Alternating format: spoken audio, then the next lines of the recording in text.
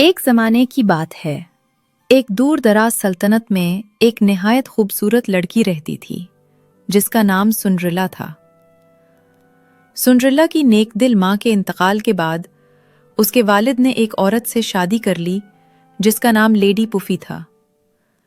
Lady पुफी की 2 बेटियां थीं, मगरूर, हसद करने वाली और झगड़ालू। वो बिल्कुल अपनी माँ की तरह थीं। वो छोटी छोटी बातों पर, हत्ता के एक बालों की किंगी पर भी घंटों लड़तीं। एक दिन सुंड्रिला के वालिद को एक लंबे सफर पर जाना पड़ा। जैसे ही वो गया, लेडी पुफी ने मौका गनीमत जानकर घर का सारा काम सुंड्रिला के सुपुर्द कर दिया। पूरे घर की सफाई, चूल्हे के लिए लकड़ियां लाना और खाने तैयार करना, ये सब सुंड्रिला ही करती थी। अपनी मेहनत और नरमी के बावजूद लेडी पुफी और उसकी बेटियां उसके साथ बहुत जालिमाना सलूक करतीं। उसका वाहिद सहारा थे छोटे चूहे, परिंदे और एक सफेद कबूतर। वो उनका ख्याल रखती और खाने के लिए पनीर के टुकड़े देती। सुंड्रिला अक्सर अपने छोटे से खिड़की वाले कमरे से बाग की तरफ देखती और कभी कभार सफेद कबूतर से बातें करती। अगली सुबह वो दबे पांव बावर्ची खाने में गई। उसने चंद टुकड़े पनीर के उठाए और अटारी की तरफ बढ़ गई, मगर ऐन उसी वक्त लेडी पुफी की बेटियों ने उसे देख लिया। माँ, सुंड्रिला हमारा खाना चोरी कर रही है। मैं चोरी? मैं तो कभी ऐसा नहीं कर सकती, सुंड्रिला ने कांपती हुई आवाज में कहा। झूठी और चोर, लेडी पुफी चिल्लाई। कितनी बुरी लड़की है ये। इसी लम्हे छोटे चूहे नीचे बावर्ची खाने में भागने लगे ताकि उन जालिम लड़कियों को डरा सकें। लेडी पुफी अभी उन चूहों को पकड़ने ही वाली थी कि दरवाजे की घंटी बजी। दरवाजे पर शाही सफीर खड़ा था।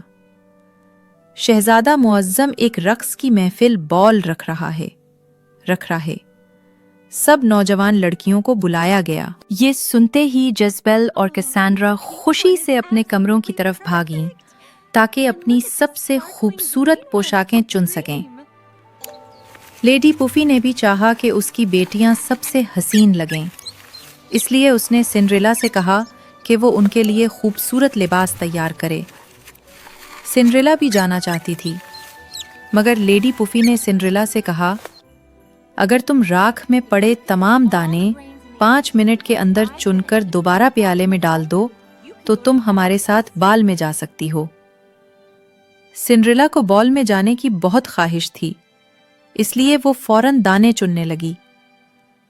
उसके छोटे जानवर दोस्तों ने उसकी हालत देखी और फौरन मदद को आ गए। 5 मिनट के अंदर सब दाने साफ करके प्याले में डाल दिए गए। सिंड्रेला भागती हुई लेडी पुफी के पीछे गई जो निकलने ही वाली थी और उसे प्याला दिखाया, लेकिन लेडी पुफी ने कहा, तुम्हारे इतने गंदे कपड़ों में तुम नहीं जा सकती। बेचारी सिंड्रेला बहुत दुखी हुई। वो बाग में आकर बैठ गई और अपने आंसू बहाने लगी।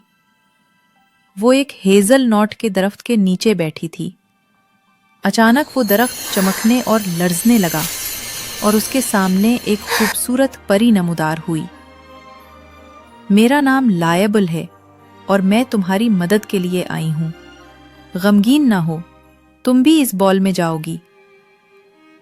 परी लायबल ने अपनी जादुई छुड़ी हिलाई। एक कुदू को फौरन एक सुनहरी रथ में बदल दिया। चूहे खूबसूरत घोड़े बन गए और सफेद कबूतर एक नफीस कोचवान। सिंड्रेला अपनी आंखों पर यकीन न कर सकी। परी मुस्कुराई और दोबारा अपनी छुड़ी घुमाई। फौरन ही सिंड्रेला के जिस्म पर नीला चमकता हुआ लिबास नमूदार हुआ और उसके पांव में शफ्फाफ शीशे के जूते जगमगाने लगे। लेकिन याद रखो, आधी रात से पहले वापस आ जाना। सिंड्रेला ने वादा किया, सर हिलाया। सिंड्रेला जब सुनहरी रथ में महल की तरफ पहुंची तो सारा रास्ता रोशनियों से जगमगा रहा था। आसमान पर चांद अपनी पूरी आबोताब से चमक रहा था और रथ के पहिए चांदनी में ऐसे दमक रहे थे जैसे सितारे जमीन पर उतर आए हों। سنڈریلا جیسے ہی محل کے ہال میں داخل ہوئی، سب مہمانوں کی نظریں اسی پر جم گئیں۔ شہزادے نے جیسے ہی سنڈریلا کو دیکھا، بس دیکھتا رہ گیا۔ شہزادہ نے سنڈریلا سے رقص کی درخواست کی۔ وہ دونوں رقص کرتے رہے، مگر جیسے ہی گھڑی نے 12 بجائے، سنڈریلا بھاگی۔ رک جائیے محترمہ، کم از کم اپنا نام تو بتائیں، شہزادے نے پکارا۔ لیکن سنڈریلا بھاگتی چلی گئی۔ سیڑھیوں پر دوڑتے ہوئے اس کے ایک شیشے کا جوتا پھسل کر رہ گیا۔ چند لمحوں بعد گھڑی نے 12 ضربیں پوری کیں اور سب کچھ بدل گیا۔ سنہری رتھ پھر سے کدو بن گیا، گھوڑے پھر سے چوہے، اور سنڈریلا کا لباس واپس وہی پرانا پھٹا پرانا کپڑا بن گیا۔ سنڈریلا گھر پہنچی، سانس پھولی ہوئی تھی، لیکن اس کے دل میں اب ایک خوشی کی کرن تھی۔ میں نے شہزادے کے ساتھ رقص کیا۔ اگلی صبح شہزادے نے اعلان کیا، جس لڑکی کے پاؤں میں یہ جوتا فٹ آئے گا وہی میری دلہن بنے گی۔ درباری ہر گھر گئے۔ جب وہ سنڈریلا کے گھر پہنچے تو جیزبل اور کسینڈرا نے کوشش کی مگر ناکام رہیں۔ آخرکار سنڈریلا نے جوتا پہنا اور وہ بالکل فٹ آ گیا۔ اسی لمحے جادوئی روشنی پھیلی اور سنڈریلا دوبارہ اپنی حسین نیلی شہزادی کے روپ میں آ گئی۔ شہزادہ خود آیا، سنڈریلا کے سامنے گھٹنوں کے بل جھکا اور بولا، کیا تم میری زندگی کی شریک بنو گی؟ سنڈریلا کی آنکھوں میں خوشی کے آنسو آ گئے۔ ہاں شہزادے، میں راضی ہوں۔ محل میں شادی کی تیاری شروع ہو گئی، اور یوں سنڈریلا اپنی نرمی، صبر اور سچے دل سے ایک عام لڑکی سے شہزادی بن گئی۔